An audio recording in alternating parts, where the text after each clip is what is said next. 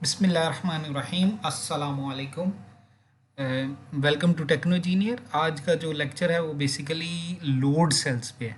Load sales आप अगर इसको समझने के लिए देखें तो ये एक किस्म की बेसिकली वेट मशीन है जो कॉमनली हम यूज़ करते हैं वेट मेजरमेंट के लिए। कोई भी मशीन जो इलेक्ट्रॉनिकली वर्क कर रही है तो उसके अंदर जो सेंसर लगा हुआ है जिसने वो वेट को मेजर करना है वो लोड सेल है। जिस तरह अगर आप एग्जांपल्स में देखें तो जो कॉमन एग्जांपल्स हमारे पास आती हैं जो इलेक्ट्रॉनिक वेट मशीन्स हैं जो ग्रोसरी स्टोर्स वगैरह पे अवेलेबल हैं, इनके अंदर भी जो सेंसर लगा हुआ है वो बेसिकली लोड सेल्स लगे हुए हैं।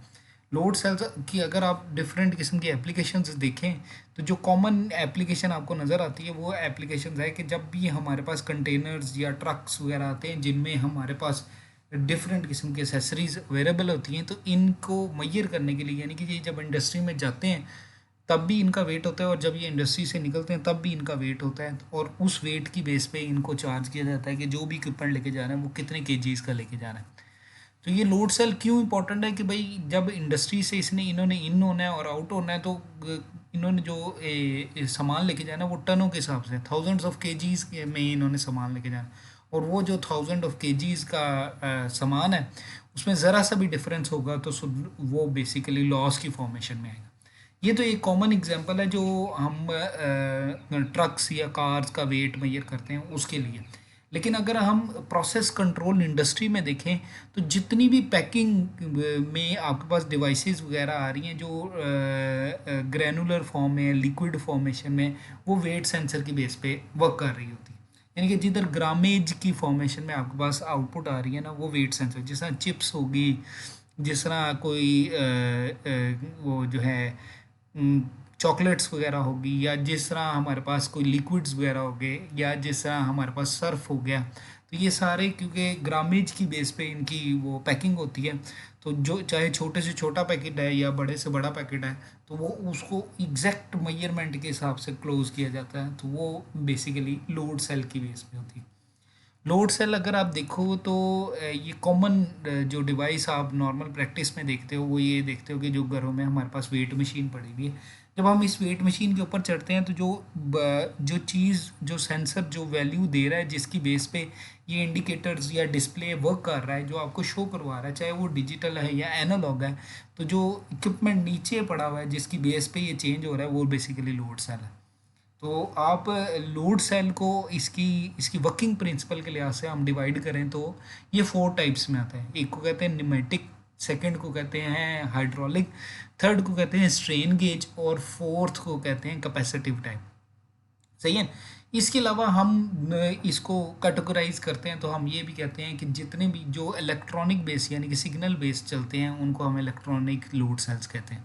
क्योंकि हम इंस्ट्रूमेंटेशन एंड मेजरमेंट में देख रहे हैं तो ऐसे लोड सेल्स या ऐसे ट्रांसड्यूसर्स, लोड ट्रांसड्यूसर्स जो लोड को या वेट को लेके उसे इलेक्ट्रिकल सिग्नल में कन्वर्ट करते हैं, हम उन चीज़ों को देख रहे हैं, इस वजह से हम इनको इलेक्ट्रॉनिक लोड सेल्स कहते हैं।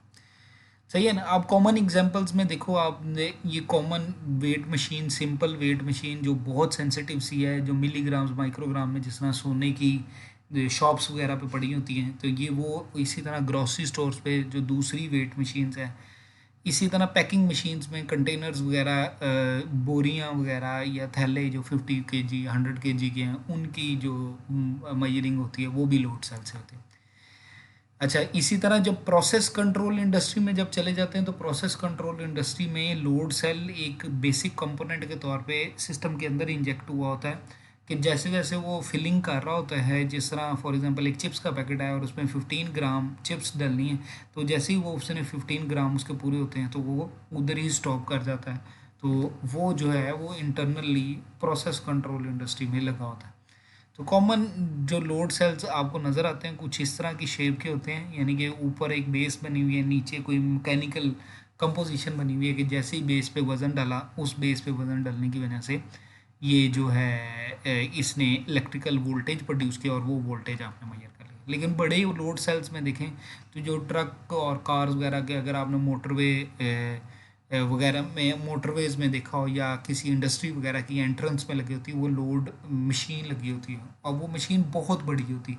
अब उस पे जब ट्रक खड़ा होता है तो उसकी बेस पे उसका जो वेट है वो मॉनिटर हो जाता है, रिकॉर्ड में आ जाता है कि भाई ये जब ट्रक आया तो इसका वेट कितना था, और जब ये जा रहा है तो अब इसका वेट कितना है। तो उसकी बेस पे ये बेसिकली लोड सेल की बेस पे बने हुए होते हैं। सही है ना। तो लोड सेल की वर्किंग प्रिंसिपल क्या होता है कि जब हम इसको मैकेनिकली तौर पे पुश करते हैं, जब वो पुश करते हैं, जो जो वो फोर्स जनरेट होती है जिसकी वजह से वो पुश हो रहा है, वो फोर्स जो है बेसिकली वोल्टेज में कन्वर्ट हो जाती है और वो वोल्टेज मैयर होता है। ये इसका बेसिक वर्किंग प्रिंसिपल है। सही है।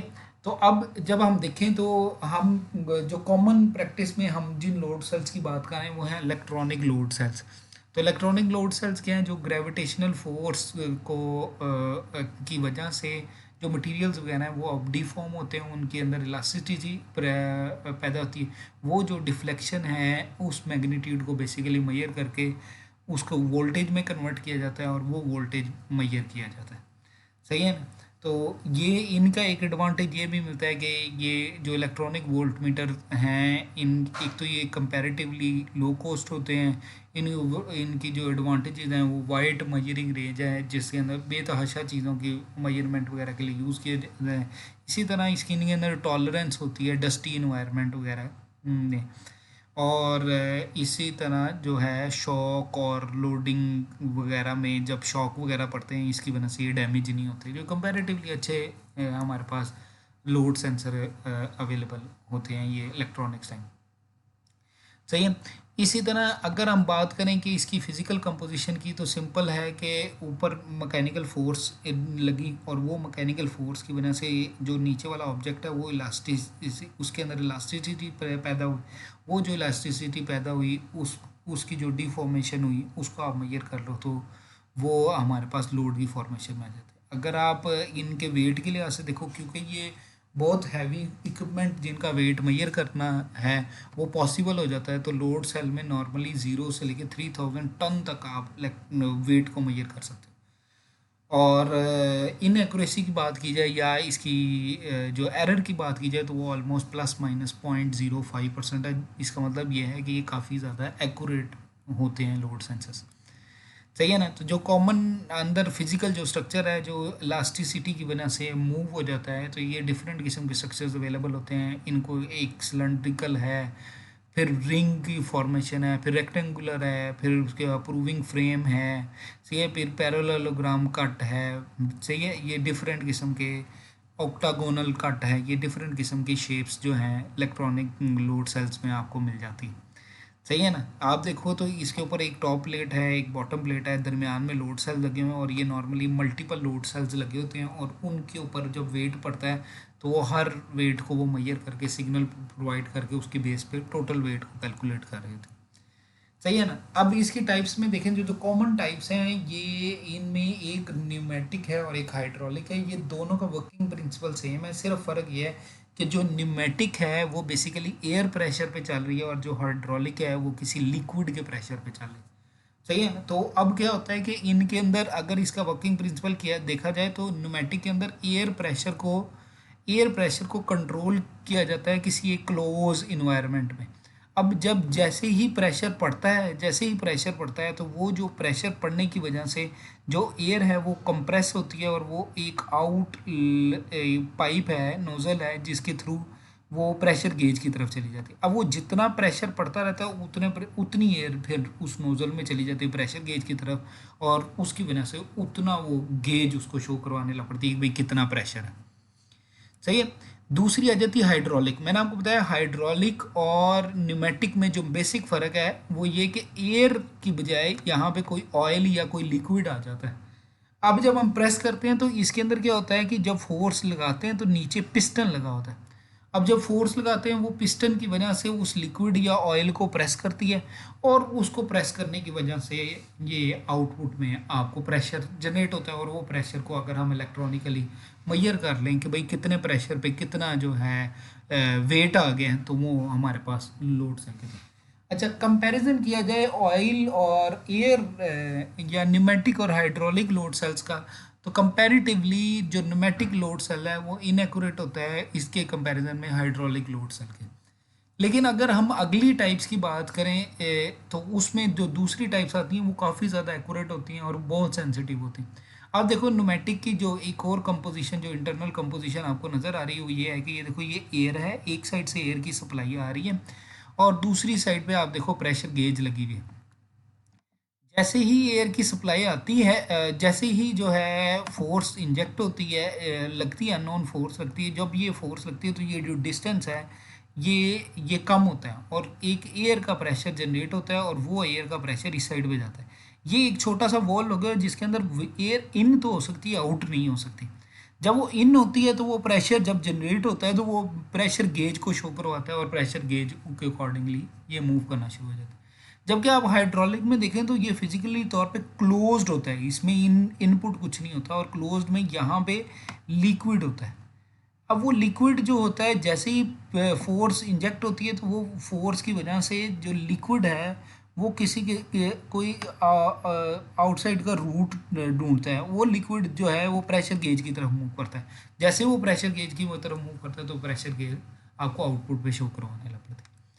सही है ना। उसके बाद जो दूसरी टाइप आती है इसे कहते हैं स्ट्रेन गेज लोड सेल्स। या अब ये स्ट्रेन गेज लोड सेल्स को अगर आप देखें तो ये लोड सेल मेटेलिक बॉडी के बने होते हैं। नॉर्मली इनका मेटल होता है एल्यूमिनियम अलॉय स्टील या स्टेनलेस स्टील होता है और जब इन पे फोर्स एक्ट करती है तो वो फोर्स की वजह से इनके अंदर इलास्टिसिटी क्रिएट होती है, यानी कि जिस तरह स्प्रिंग नहीं वर्क करता कि जब फोर्स एक्ट की तो वो कंप्रेस हो गया और जैसे ही फोर्स खत्म हुई तो दोबारा रीशेप हो गया।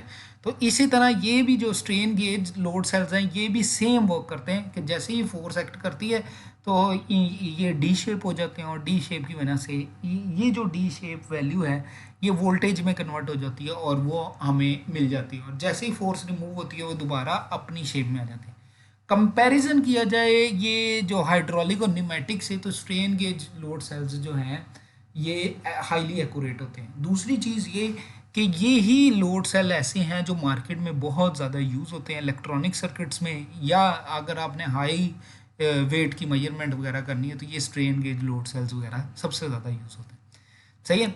अगर आप इसकी मैकेनिकल कंपोजिशन देखें तो ये सिंपल आपके पास मेटल है, अंदर कुछ भी नहीं है।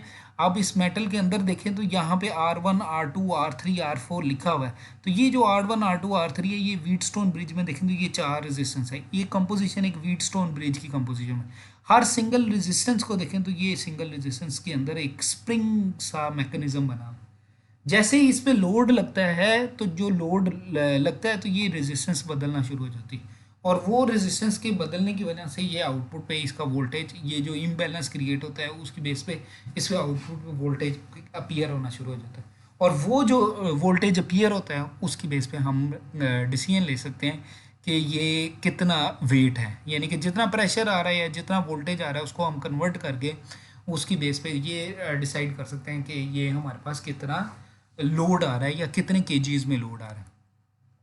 जो लास्ट टाइप आती है इसे कहते हैं capacitive type load cell. Capacitive type, अगर मैं कैपेसिटर की बात करूं तो कैपेसिटर बाय डेफिनेशन क्या होता है कि two metal plate separated by dielectric. मतलब कहने का ये है कि भाई टू मेटल प्लेट्स हैं और दरमियान में डाइलेक्ट्रिक है और उसकी बेस पे क्या होता है कि जैसे ही कोई वोल्टेज वगैरह आता है तो ये कंडक्शन करना शुरू कर देते हैं और इसकी बेस पे इसे हम कहते हैं इसकी कैपेसिटेंस आ गई। अब क्या है कि अगर मैं इन मेटल प्लेट्स के दरमियान में डिस्टेंस कम करूं या ज़्यादा करूं तो ये इसकी जो कैपेसिटेंस है वो बदलती है। अब हम क्या करते हैं, इसकी जो कैपेसिटेंस लोड सेल होता है इसके अंदर क्या होता है कि जब हम इसे प्रेस करते हैं तो इसकी जो डिफरेंस बिटवीन या distance between two metal plates है वो कम या ज़्यादा होती है। वो जो कम या ज़्यादा होती है उसकी वजह से कैपेसिटेंस चेंज होती है और वो कैपेसिटेंस जो है वो हमारे पास इंफॉर्मेशन दे देती है कि भाई कितनी फोर्स इंजेक्ट हुई है। वो फोर्स हम मेजर कर लेते हैं। यानी कि आप देखो कि ये दो मेटल प्लेट्स हैं, ऊपर नीचे फोर्स लगी, जब फोर्स लगी तो वो चेंज इन जो है कैपेसिटेंस जो है वो इनके डिस्टेंस के इक्वल हो जाएगी, तो इससे हम फोर्स को मेजर कर लेते हैं। तो कैपेसिटेंस टाइप लोड सेल्स को आप देखो तो एक साइड पे ये फिक्स है, ये फिक्स्ड एंड है, ये एक बेस है जो रिजिड बेस है जो फिक्स है और इस साइड पे वेट आया। जैसे ही वेट आया इसने फोर्स लगाई तो ये कैपेसिटेंस सेंसर लगा हुआ है, इसके दरमियान में डाइलेक्ट्रिक का डिस्टेंस इसका कम या ज़्यादा होगा। वो जो डाइलेक्ट्रिक का डिस्टेंस कम या ज़्यादा होगा वो इलेक्ट्रिकल सिग्नल आपको दे देगा। और आपको ये बात मैंने बार बार बताई है कि जो नॉर्मल हमारे पास सेंसर्स यूज़ होते हैं वो 4 to 20 मिली एम्पेयर पे वर्क करते हैं। तो ये 4 to 20 मिली एम्पेयर की आउटपुट वोल्टेज आउटपुट एम्पेयर की फॉर्मेशन में आपको दे देगा। तो ये कैपेसिटिव टाइप लोड सेंसर जो होते हैं ये कंपैरेटिवली सबसे ज़्यादा एक्यूरेट होते हैं, और इस ये वहाँ या ऐसी एप्लीकेशंस में यूज़ होते हैं जिधर 1 मिलीग्राम या ग्राम का भी फ़र्क पड़े तो कॉस्ट में बड़ा फ़र्क पड़ जाता है, तो ये capacitive type load sensor use करते हैं। जिस तरह सोने की जो शॉप होती हैं उनमें ये capacitive type load sensor use होते हैं ताकि माइक्रोग्राम मिलीग्राम में भी ये मेजर कर सकें। सही है ना। तो ये कॉमन एग्जांपल्स में जो एप्लीकेशन वाइज देखें तो जितनी भी पैकेजिंग इंडस्ट्री है वहाँ पे ये लोड सेंसर्स यूज़ होते हैं। यानी कि कोई भी चीज़ हो, कोई भी चीज़ चाहे वो लिक्विड की फॉर्मेशन में है, अगर वो ग्रामेज में मेजर कर रही है, या वो जो है सॉलिड की फॉर्मेशन में है, अगर वो ग्रामेज में मेजर कर रही है, तो जो वो पैकिंग करेगी वो सारी की सारी लोड सेल्स जो हैं वो इनकी कंपोजिशन में आएगी। यानी कि यहाँ कहीं पे लोड सेल लगा होगा जो इसको मेजर करेगा, या ऊपर वाली साइड पे लोड सेल लगा होगा जो जितने ऑब्जेक्ट्स हैं उसको मेजर करके उसकी पैकिंग वाली साइड पे डालेगा। इसी तरह अगर आप देखें कि जो दूसरी होती है जिसमें जिसमें केमिकल्स वगैरह या अपर लेवल पे बहुत हैवी मटेरियल्स डालने होते हैं, ये तो वहाँ पे भी बेसिकली लोड सेल्स लगे होते हैं। वो लोड सेल्स क्या करते हैं कि आपने जो भी केमिकल्स आपके पास आए वो केमिकल इंजेक्ट होते हैं किसी एक वेट मशीन में, वहाँ पे लोड लगा हुआ है, और वो लोड जो है उसकी बेस पे फिर वो ट्रक वगैरह या किसी जगह पे फिलिंग करते हैं। तो ये डिफरेंट किस्म की एप्लीकेशंस है जिसमें ये लोड सेल्स वगैरह यूज़ होते हैं, और ये लोड सेल्स इतने सेंसिटिव होते हैं कि अगर ये वैल्यूज़ गलत देना शुरू करते हैं तो इंडस्ट्री के लॉस में बड़ा इम्पैक्ट पड़ जाता है। तो लोड सेल बहुत इंपॉर्टेंट प्रोडक्ट है प्रोसेस कंट्रोल एप्लीकेशंस में। ठीक है, थैंक यू, जज़ाकल्लाह। अपना ख्याल रखिएगा, अल्लाह आपके लिए आसानियाँ अता फरमाए और आसानियाँ खल्क़ खुदा में तकसीम करने की आपको तौफ़ीक अता फरमाए।